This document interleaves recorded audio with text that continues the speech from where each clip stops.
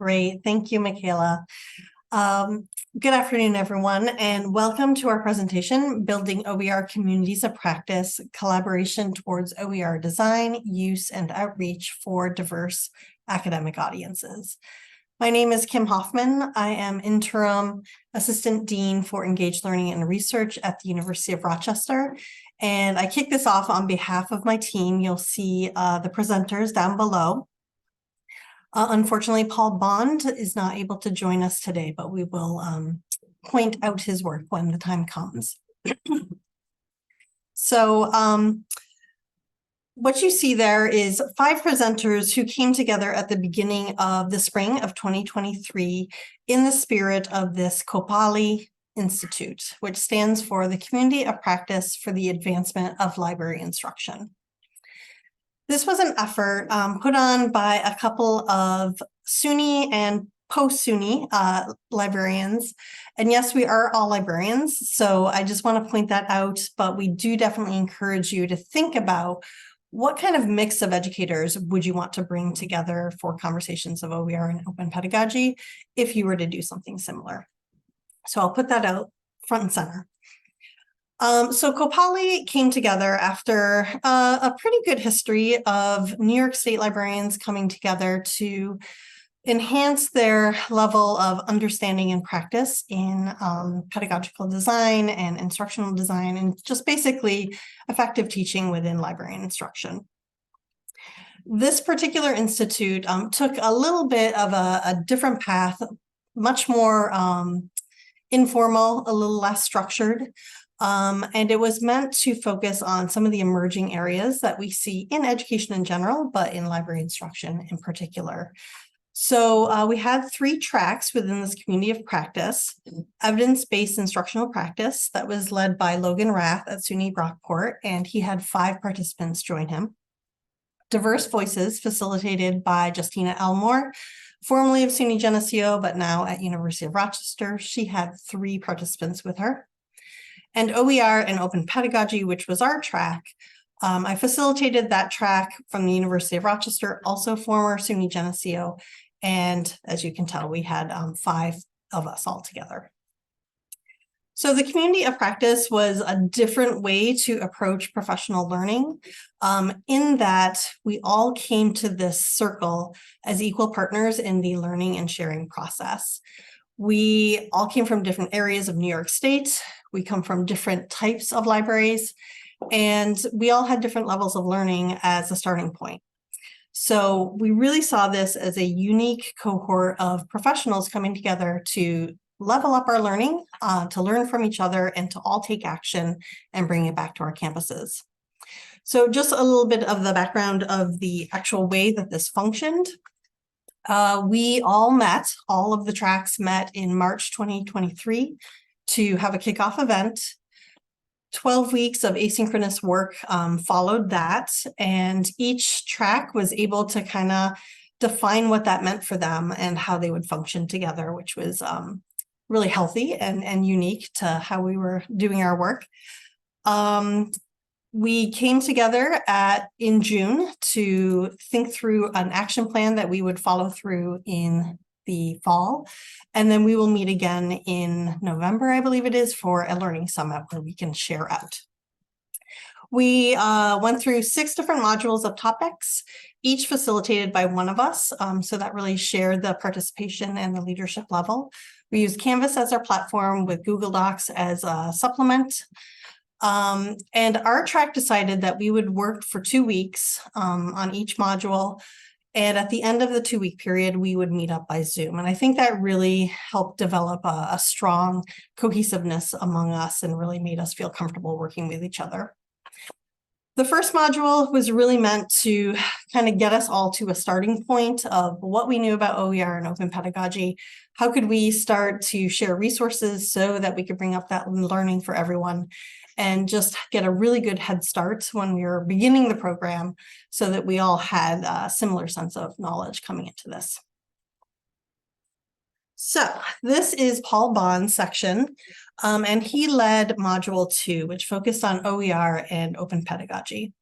Paul is from SUNY's campus at Broome County. Sorry. So we talked about, first of all, what do we mean when we say open pedagogy?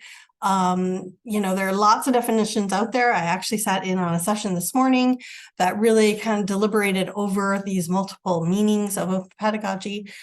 So we kind of laid all that out on the table to begin with.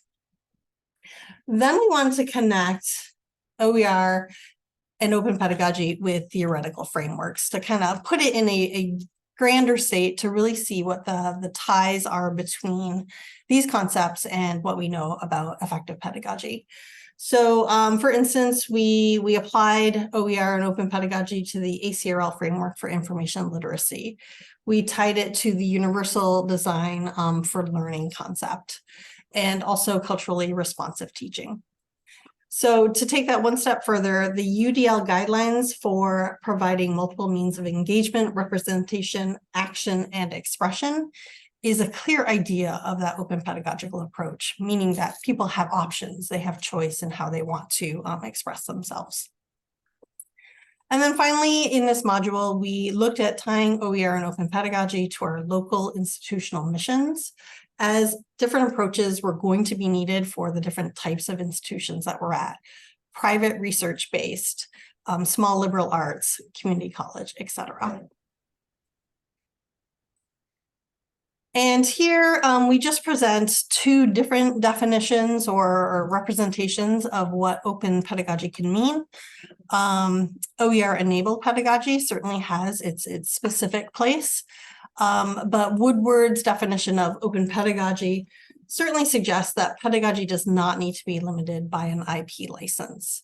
And with that, I will just encourage you, there was a session this morning, look for open pedagogy and the CC certificate program. We had a great conversation about these definitions, and their plan moving forward is to really dive in. Hi, I'm Amy Pass. I'm the Student Success Librarian at Russell Sage College, and I facilitated Module 3, which focused on challenges to OER outreach and advocacy. And what we were doing is exploring potential challenges to outreach and advocacy in a college environment. And so we had a few challenges we set for ourselves. The first one was to examine our own local scenario, including perceived challenges such as awareness, resistance, or misunderstanding. And for example, on my own campus, I discovered with faculty that there were potential pushbacks against using OER for a few reasons. And some of these you might be familiar with, have experienced in your own college environment. One was the belief that developing OER might cost a lot. Another misunderstanding was that the effort and time to either develop or find or implement or revise a course around OER wasn't worth the investment, or it was beyond a manageable amount of time. There was some concern with faculty on my campus about the authority and or the quality of OER. Are they scholarly? Are they valid? Are they reputable? And the belief that the evaluation of these sources is purely on the shoulders of the faculty. No other, quote, governing body might exist, which we know is a different story. And I found also there was a general lack of knowledge and awareness about OER in general, which obviously kept people back from exploring it more. So our next challenge was to search for model or successful approaches from other institutions, which was not only exciting to see these great examples that people are, groups or organizations are sharing online, but it was interesting to see how many commonalities my own small college campus had with some quite large institutions or institutions with different discipline focuses, things like that. So the materials that folks were sharing, the online resources, the research I found in some online studies and research studies, all of that was helpful to not only learn more about these potential challenges, but start to think about how folks are addressing them. And our third challenge was to learn more about our own campus initiatives regarding OER and how we can implement strategies and supports to address these potential barriers to OER use and adoption. All right. Hello, everyone. My name is Hannah Toombs. I'm the Engaged Learning Librarian and Co-Liaison Librarian to Latin American and Latinx Studies at Olin Library at Cornell University. I led Module 4, which was focused on building an effective open educational resource advocacy or outreach material. So at this point in our community of practice, we had covered, right, our definitions of open educational resources, how that connects with open pedagogy and teaching methods, as well as challenges for convincing or promoting these different resources to various audiences at our respective academic institutions. And so as the next step, we started to brainstorm what an effective outreach or advocacy tool for using OER at our institutions might look like.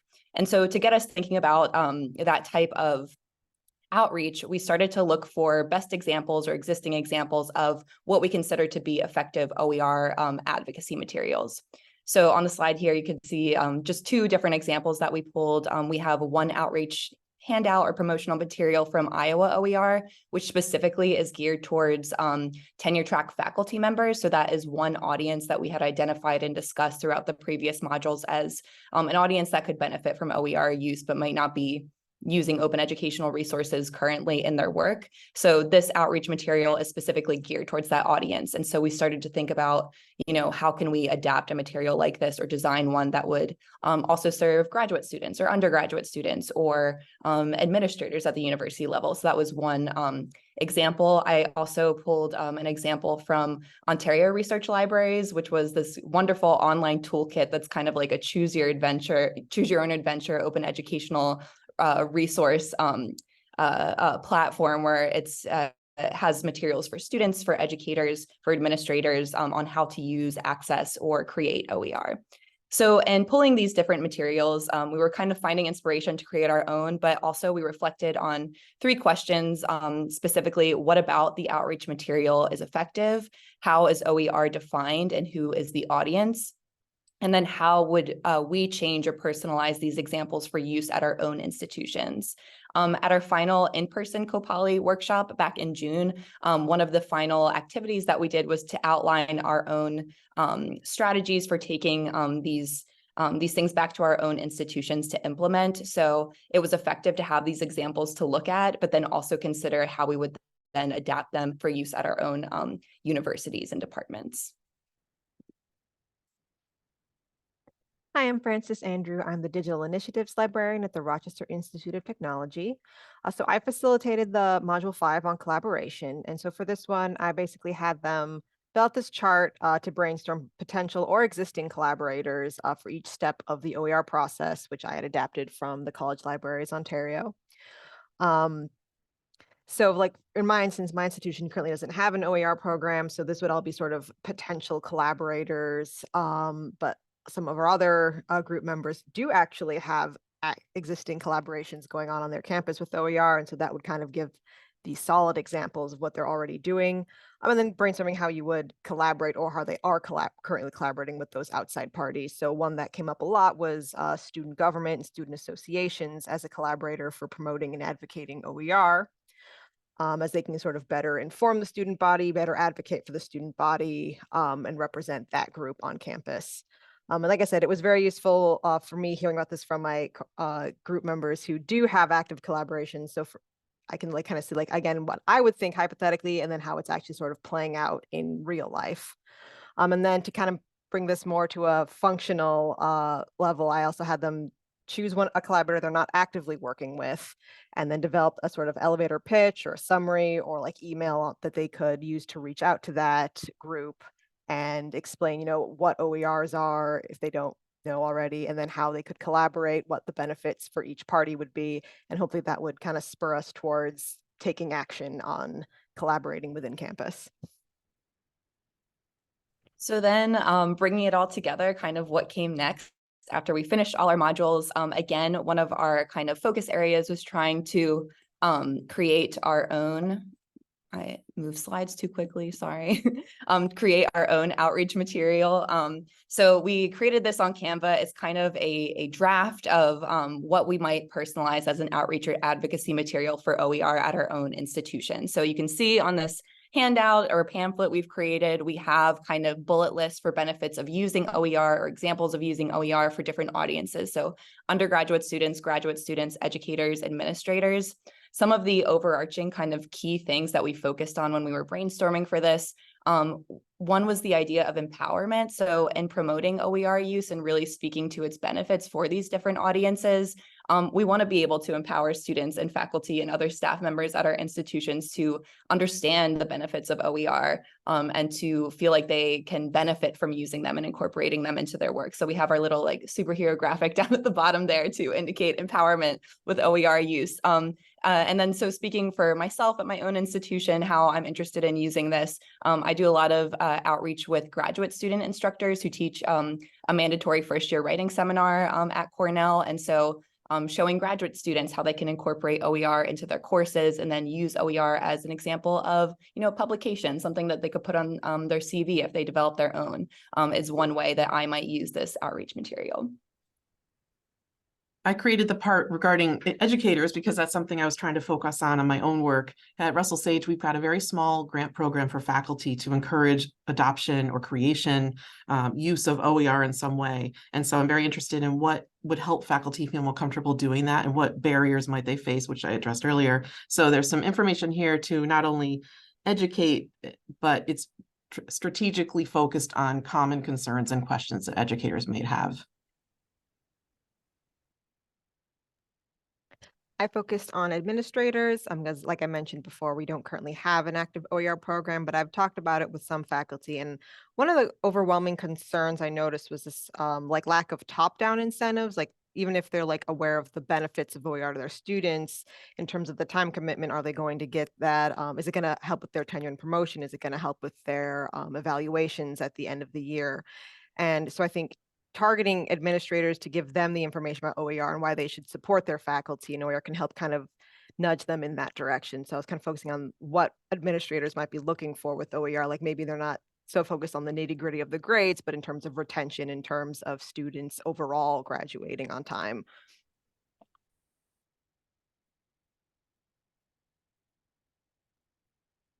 Okay. So we were really curious after our own experience of creating a community of practice for OER use.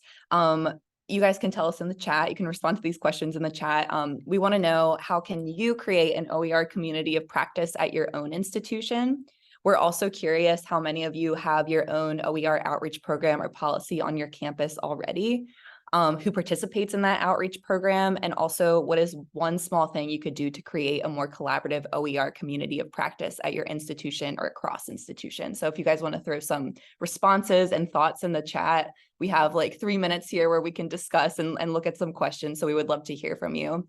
And I know that I am feeling really inspired after seeing a lot of the other presentations today and yesterday, especially our wonderful keynote speaker, Dr. Green, yesterday, and thinking about, what we're working on as a collaborative outreach material for OER here. He was talking about yesterday, these like big ideas of how OER can ultimately contribute to addressing climate change and contributing to public knowledge and all these like more high level issues. But it got me thinking about, what we can do at our own institutions at the small scale now to kind of normalize OER use and contribute to, addressing some of those issues in the future. So I'm curious what folks are doing at their own institutions to add to that process.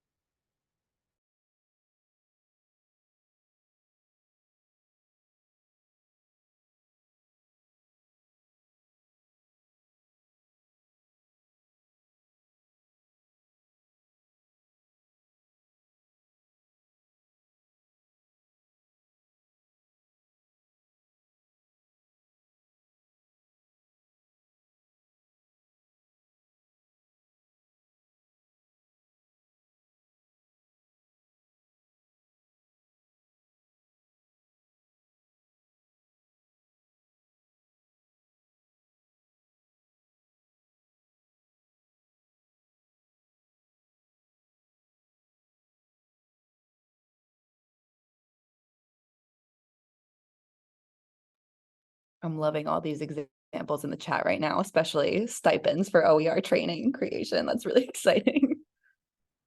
And that there's even an OER librarian. Congratulations, Michael. That's exciting.